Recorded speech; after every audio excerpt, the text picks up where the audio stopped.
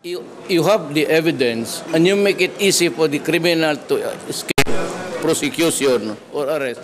You are in fact under the law an accessory, making it easy for the idiot to escape and to avoid prosecution. You're suppressing evidence. So, pagka ganon, you're an accessory to a crime, I will cancel your business permit. Bakit mo pahirapan ang pulis? Meron na kayo plano nga itapok yung mga businessmen at Wala na, tama na sinabi ko, mga security officers yun. At saka ako, madali lang maghanap ng remedyo sa ko pa.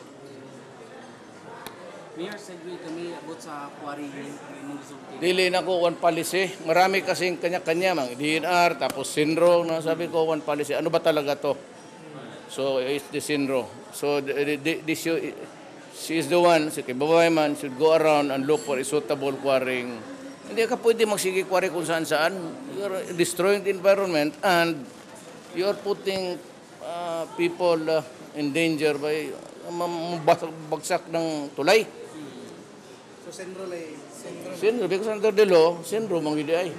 Pero Why magkasinabo ta? So, wala na mag-ibawal, Mayor? Well, so how do we build structures without simento, ganang balas? Ang akong giingon sa maritime, I do not want exportation of bato or black sand or sand, whatever. May kargag barko na ibaligya sa gawas. I will not allow that. And manakan ng maritime police, kitagaan ko na sila sakyanan. Saan na to? Pati Yanmar to. Mayor, another katong sa dako daw nga ako sumurag. Kanina emotional gamay si Colonel Jimlani. Emosyonal magina siya perme. Sagdi na siya. Kana ko find is a compromise. Katong gisulti sa mga Indino, wala ka di mga Indino, muta itong sundon. Mayor, yung instruction sa pulis sa maabutay nga BIMP iyaga.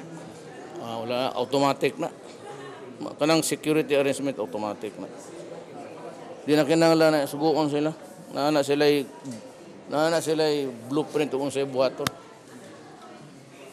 Di LTO ganina gimiting ni mo na kay bag-o nga kuan sila mandato. Wala na ako, I want additional policemen deputized as traffic enforcer kay Kuwang. I want kaning Marilog padung bukid doon, daghang disgrasya, daghang patay. So kailangan ko ng law enforcer to police the area. Asap na, Mayor. Stasyon na lang. Kaya magtindig man yung police dyan sa highway, basig ang baka na po sa NPA, sabi ko sa NPA, huwag galawin, kaya may trabaho yan para we can save lives, of our fellow men. That's my job, to protect the people. Salamat. Nag-ask na ganyan, Mayor, about sa performance sa auxiliary police. Okay man daw. Sabi ko, marami yan sila. 50 ko na kabaw. Karoon ko silbi na. Yan ako, disband ko na. Okay man daw. Kung ako okay, di sa, you maximize your production sa inyong trabaho. Nga nung daghan malaging krimen. So, siguro manlihok. So with this, increase sa robbery cases? Oo, lagi. So that's why ito lang mag-double time sila. Butoy pangutana na ako, kung sa ba ng akong gihatag ng additional auxiliary police, is it helping the group is productive or not? If it is not, then we will disband them.